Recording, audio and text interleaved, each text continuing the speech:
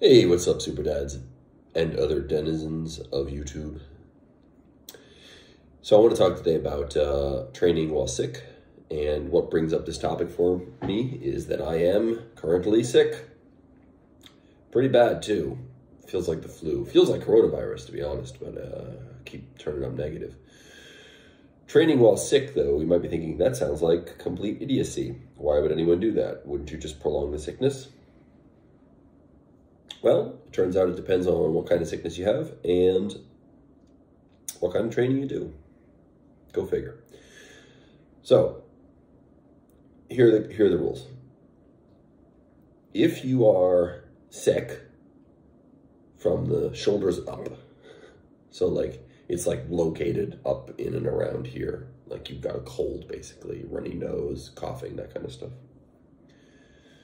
then you are good to go in terms of some training, and I'll get to that afterwards. If your sick includes your torso, so you've got like joint aches and muscle pain and whatever else, then lay off of it. Lay off of it. Currently, I had a lot of joint pain and everything yesterday with this thing that I'm dealing with. But right now, it's mostly just a runny nose and maybe a little bit of a headache from time to time. So by my own rules, then I'm good to go. Now, what does it mean to be good to go? Well, moving around, a sort of light aerobic activity, that's fine. Going for a little walk. You don't want to go run a couple miles. That's probably not a great idea. But light aerobic activity, just to get the blood flowing, is a pretty good idea.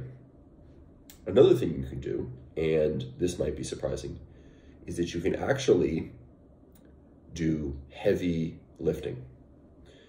You don't want to do heavy lifting that involves like short break times where it's going to be very stressful in terms of your respiratory system and you're going to be breathing heavy. But what I mean by heavy lifting is that you can actually do heavy lifts. You can lift heavy weights with long breaks in between, sort of like a powerlifting style approach. And you may find, and I would be, I'd put a very slight amount of money on the likelihood that you may find that you will actually be a little bit stronger than normal. And the reason for this is that your body is basically it's mobilized to fight the illness. It's got all sorts of stuff, resources that it has put to task. And the result is that you can actually lift usually a little bit heavier than you would normally. But again, you want fewer reps, longer rest times. Why would you do this? Well, psychologically, it gives you something to do. You're fighting back. But there's also some physical benefit as well. Like, again, getting the blood flowing, getting the body working. Your body is going to almost always recover faster when it's working through whatever it's dealing with, as opposed to just blah, right? Because that's not the way we evolved. So you can give it a try. And you may have found in the past, this might be an example that resonates with some people, like if you're hungover the next day, you might actually get a really good workout in. And it's very similar. Being hungover is, your body's having to fight against toxins and stuff in your body. It's not all that dissimilar to a virus. And you can get a damn good workout in. And a lot of personal bests happen when people are hungover. I remember that from college. Friends of mine that were on the crew team would say that they